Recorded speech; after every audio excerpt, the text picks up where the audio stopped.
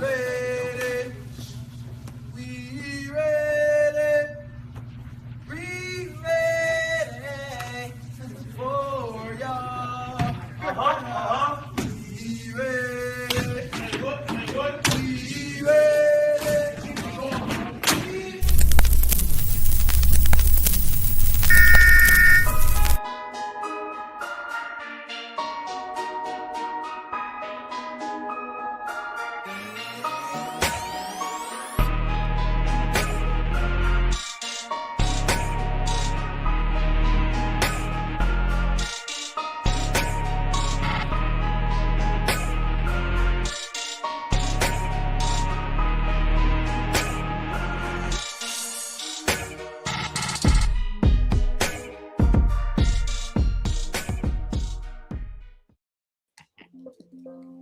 Nobody asked you to do that.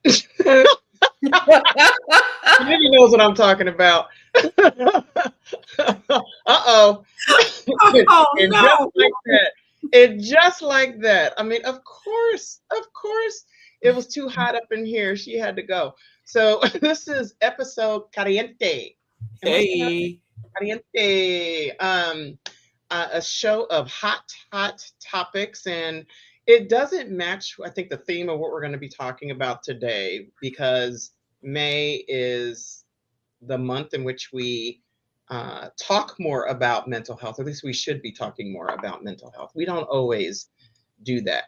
EJ, at some point, we'll be, honey girl, we're going to get you back into the fold here and get you back on stage. There's always one in the group. I'm glad it's not me. How you doing, Miss Kennedy?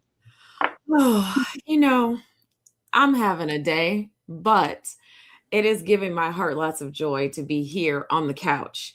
And I think we've got a jam-packed discussion waiting for people today. And Mental Health Month is always a misnomer to me, because every month is Mental Health Month for me, especially as a mental health first aider and an ambassador for AFSP. I literally just led a Out of Darkness. I'm going to break you of these acronyms. Nobody knows what AFSP is. Well, if they don't, they should know about the American Association for Suicide Prevention. Hello. Okay. So I've been an ambassador for 15 years, and I often lead Out of the Darkness walks on college campuses.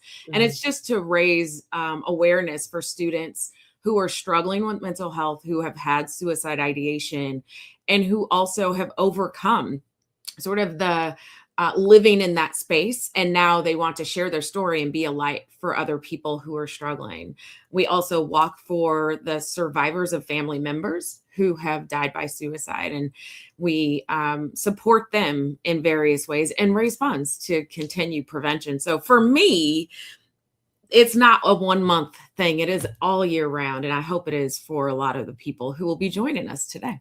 Well, part of the reason I think why we have a month dedicated, because it's something we don't always talk about. And it's not something that is a comfortable conversation in many cultures, in many age groups, in many organizations, in many families. It's just not something that is as mainstream as other types of illnesses. Welcome back to the show. First time caller, shot caller, EJ. Y'all did that on purpose. You set me up. You set me up. You set me up. Yes. Welcome to the show. Listen, and just in time, I'm going to bring to the stage Miss Izzy Atkinson. Izzy, welcome to the pink couch. Thank you. Izzy, you see they started already? Did you see that? You are my witness.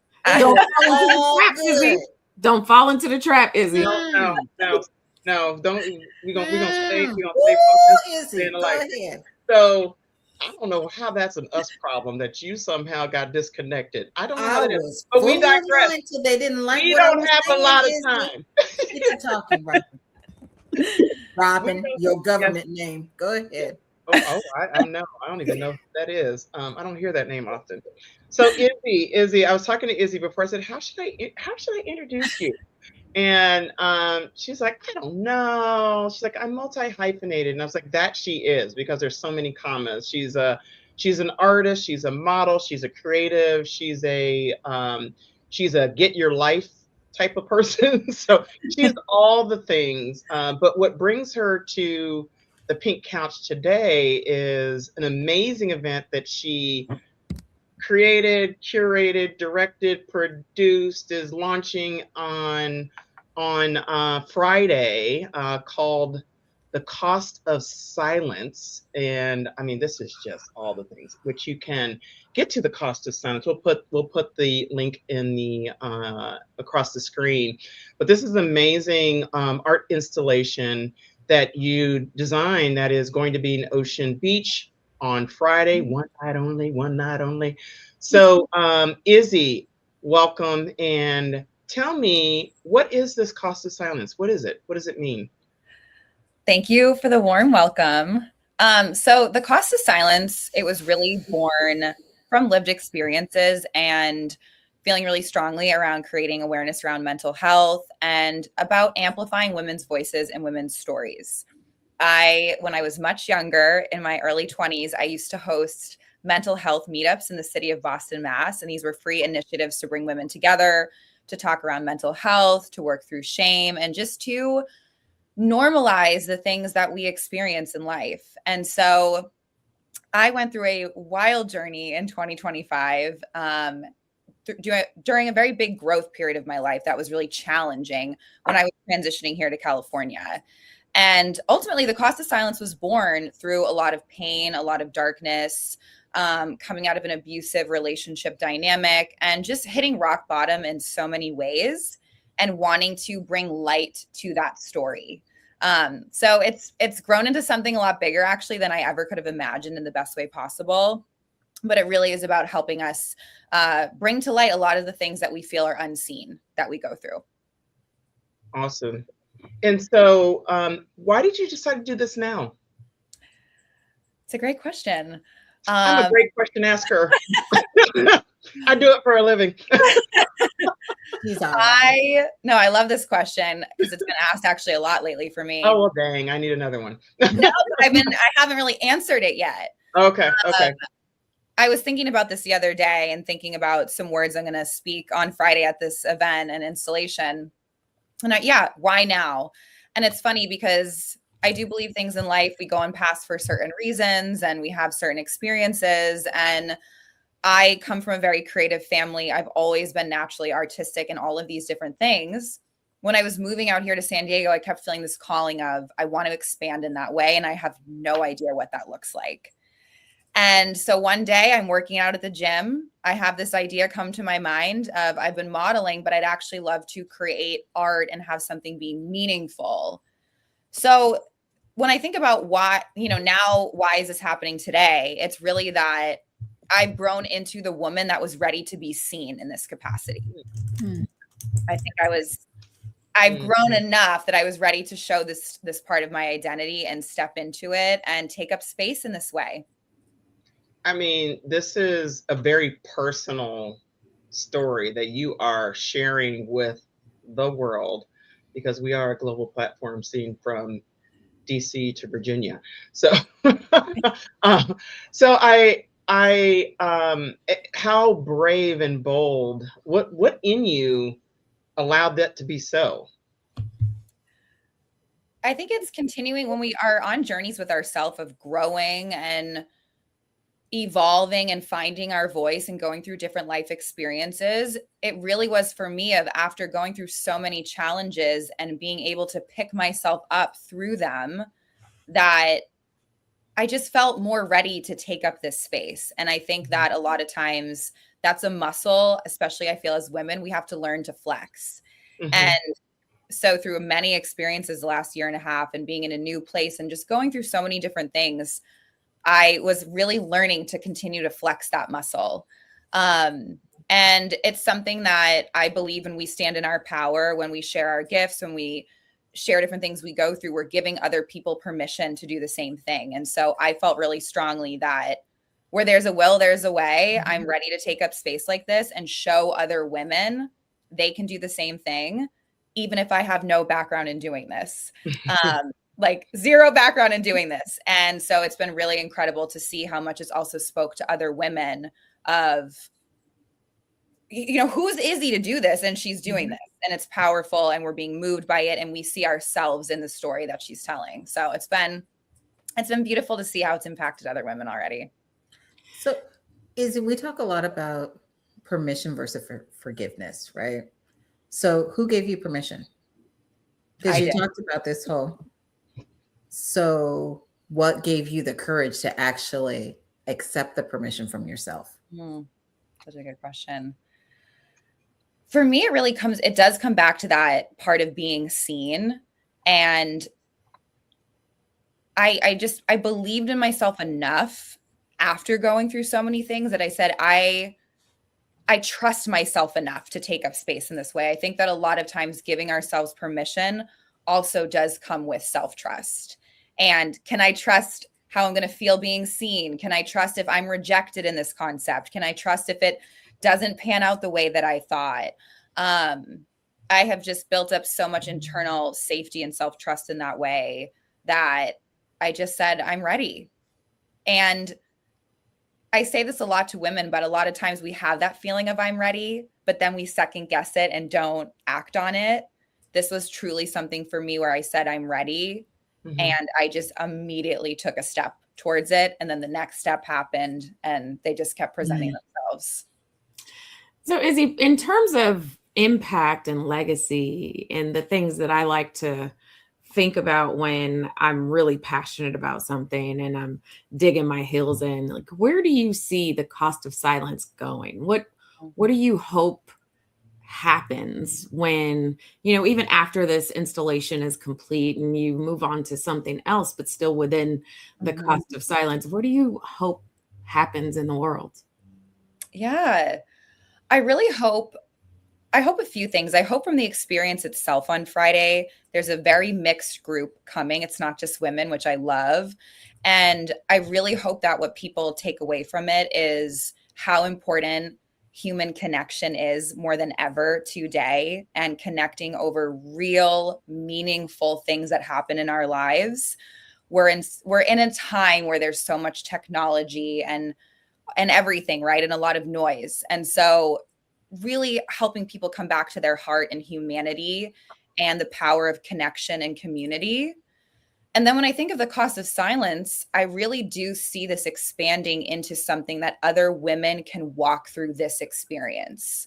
So while I don't have all the details ironed out yet, I would love for this to become something where a woman gets to go through this experience of telling her story in some capacity and thinking about what does the cost of silence mean to her, and what does it look like to reclaim her voice, or maybe share a part of her story that she never has before. You know, sharing an emotion through photography. There's so many different outlets within this installation. And so I really do see the impact being that this opens doors for other women to step into this and share themselves. Great. How does someone support you this Friday? Coming to the installation would be amazing. It's this Friday. It's in Ocean Beach at Shift Gallery. It's from 7 to 9. It's going to be an incredible experience.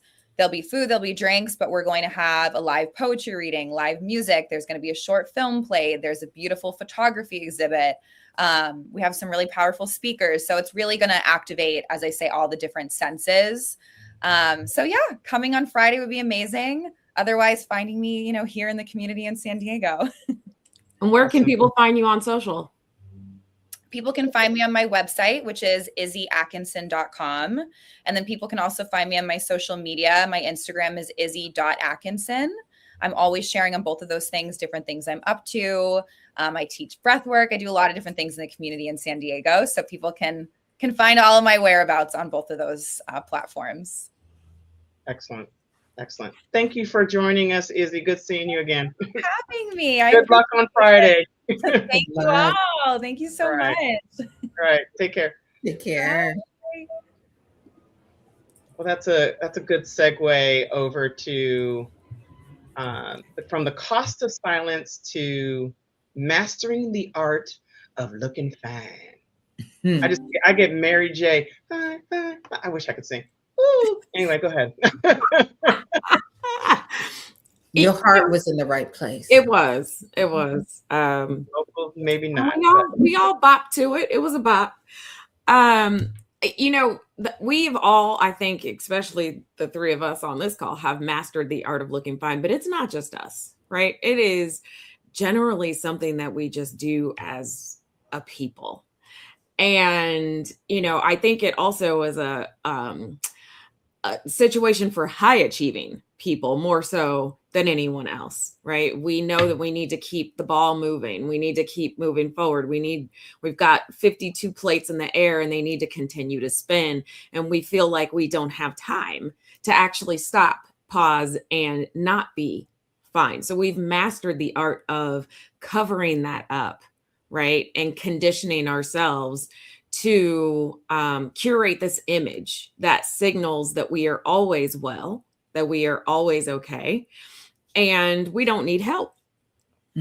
And so when we think about the fact that this is Mental Health Month, right? The silence in that, the silence in looking like we're fine all the time is very dangerous. I ain't gonna point nobody out on this call. I just want to know what your experience is with mastering the art of looking fine, and why do we feel like that's the thing that we need to do? Who are you talking to? I can start. I don't think I am not summa cum laude in mastering the art of looking fine. My exterior matches my interior from my perspective. My hair looks like, oh, I'm way over for a hairdo.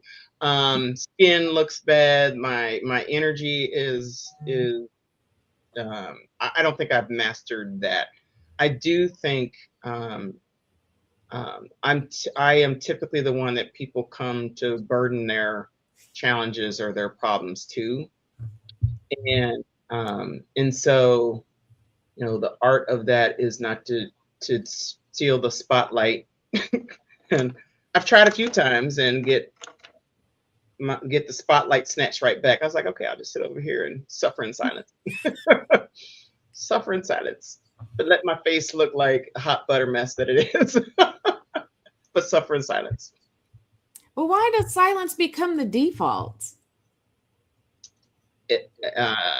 For me, it's a sometimes when it's, how when you were sick, when you were little and you're about to pray to the porcelain god, and the moment your mother comes and like touches your back, you just release everything. you let it all go. And for me, when I need to share, sometimes I don't want that to happen. I don't want to let it all go. And or I don't want the reaction, like you just made it 10 times worse. Right. And or, oh my God, not looking for that. Yes, I know, you're just adding to the, I'm looking for the, what do you need? What's happening? And so, and sometimes I just don't know the words yet. Sometimes it's imagery. Sometimes it's the, oh my God. Sorry, I was thinking about you, Ashley. Sometimes it's just some of these other things that just take over, and I don't yet have the words to put, the voice to put to what I'm feeling. I live in the land of compartmentalization. And part of that is, and it's funny you said, why silence?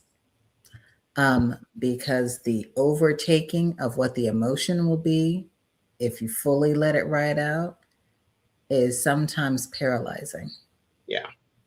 So therefore, there's so much that is, I don't have the luxury sometimes of looking what I feel like.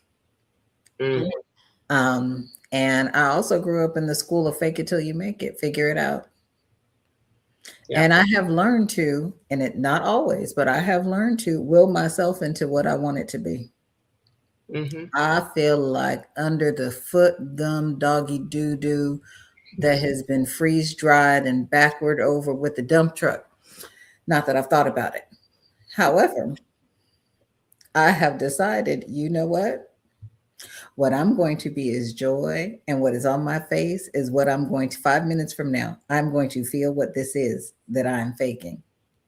And I will convince myself that that is where I am. Doesn't mean that when the compartments come back open and they pop back open, I don't feel those things that were there, but I can move myself to the place that I need to be functional. That's so interesting, because most people, when I ask that question, they go to the external, reasons why they don't say something or they don't match what they're actually going through.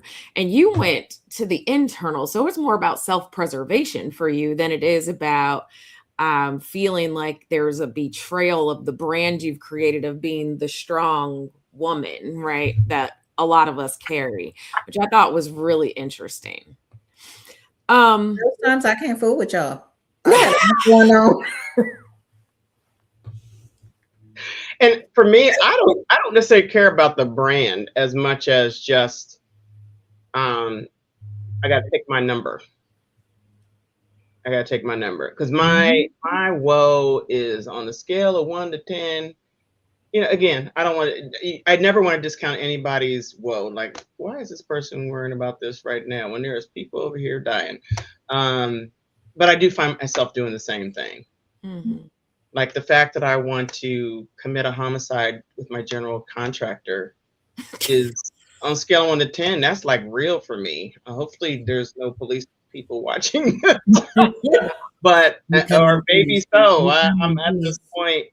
I feel like I'd get a pass. I'd get a mulligan. Run, Cletus, run. No, run slow. Actually, he might run backwards. Wow. That would be whichever way he runs, it won't be on time. It won't be on time or budget. Or on budget. So, can we get a whole show on that?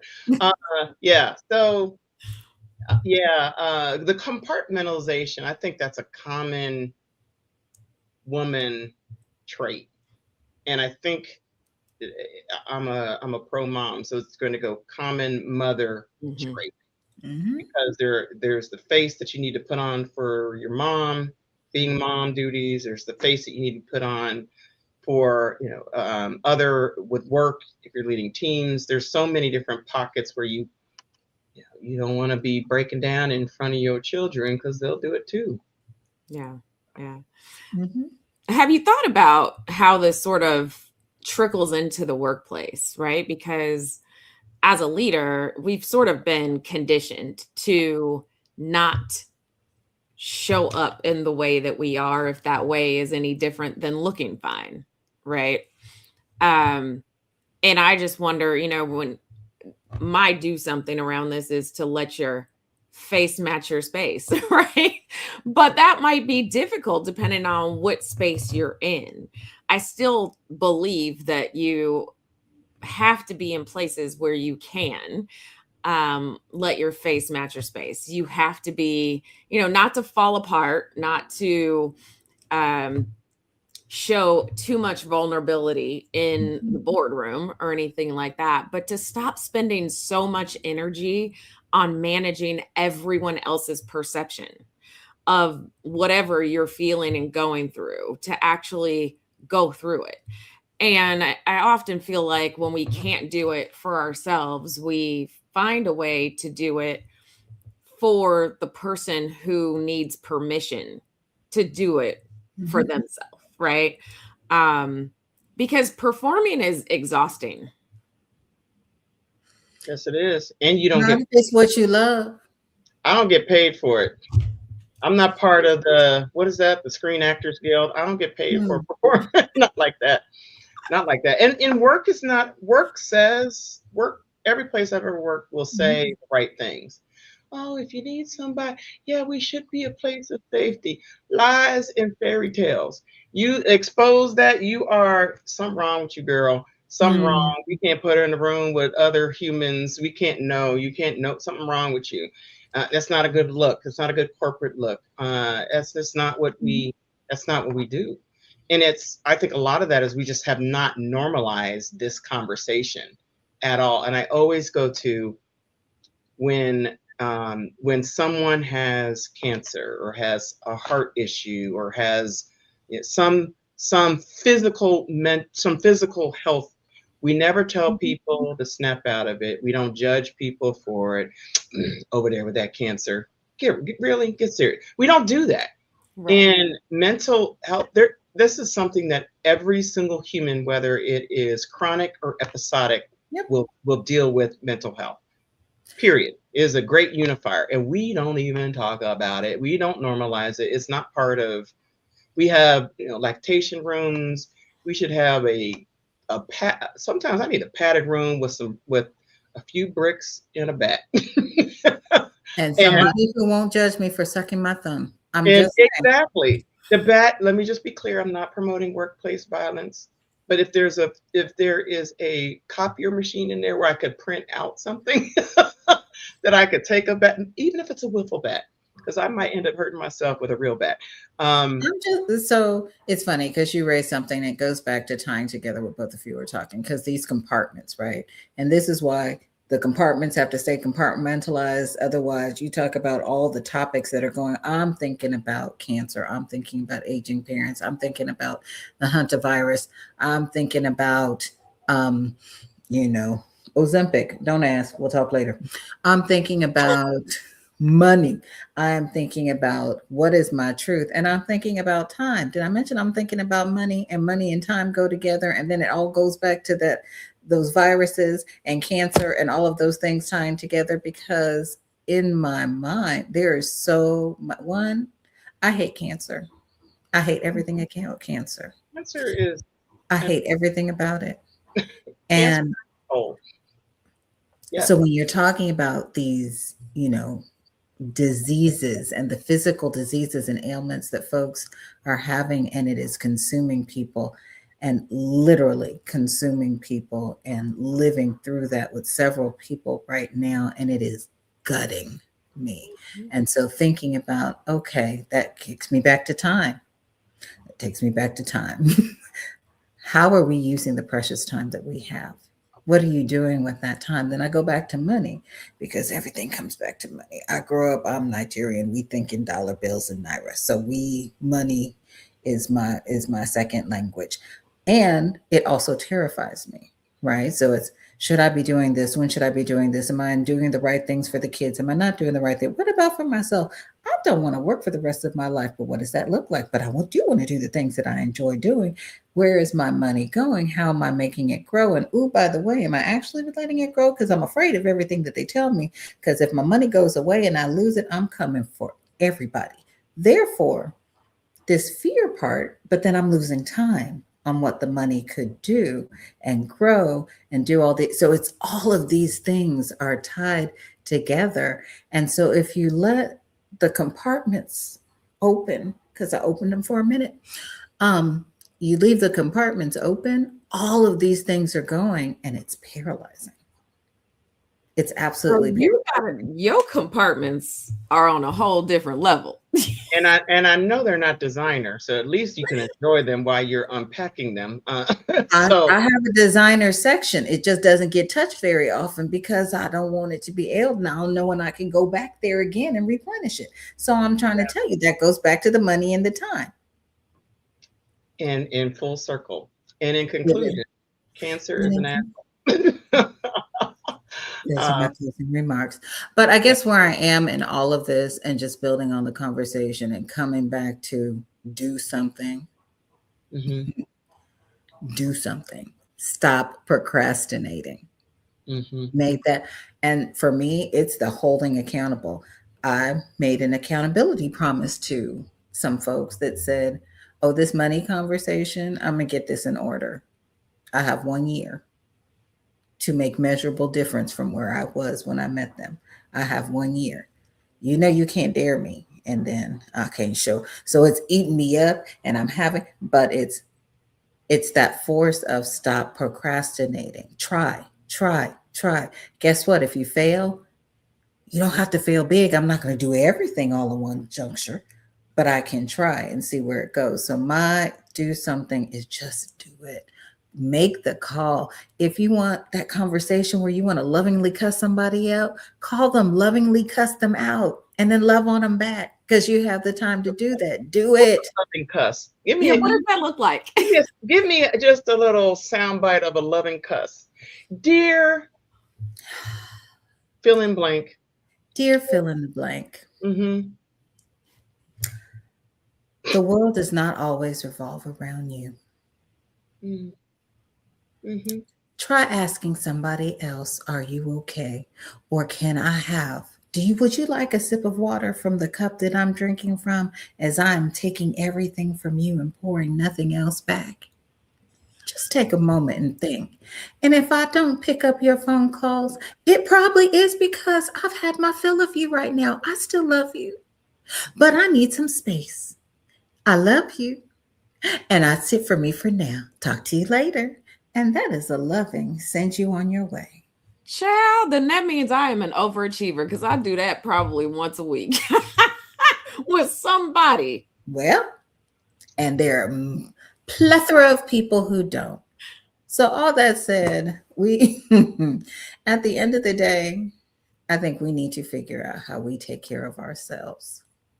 How are we taking care of ourselves? Because if we are not pouring into and filling and doing those things for us, that is what's going to bring joy and spread it to everyone around us. So, Kenny, you don't look like your situation, and I appreciate it. Now, when you made that face, you might have showed us a little crack of it. So come on back. Netta, that blue in those lips, I'm not feeling your situation.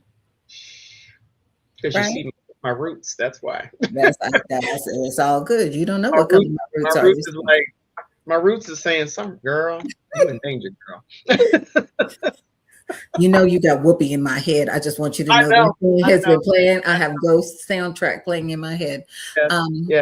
But we got this, and on to the next, because guess what? Life is going to continue to life, and we're here for the ride. Roll that beautiful bean footage.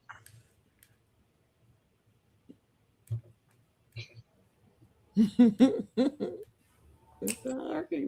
that B? Is there a C selection? Hi, girl. Doom, doom, doom.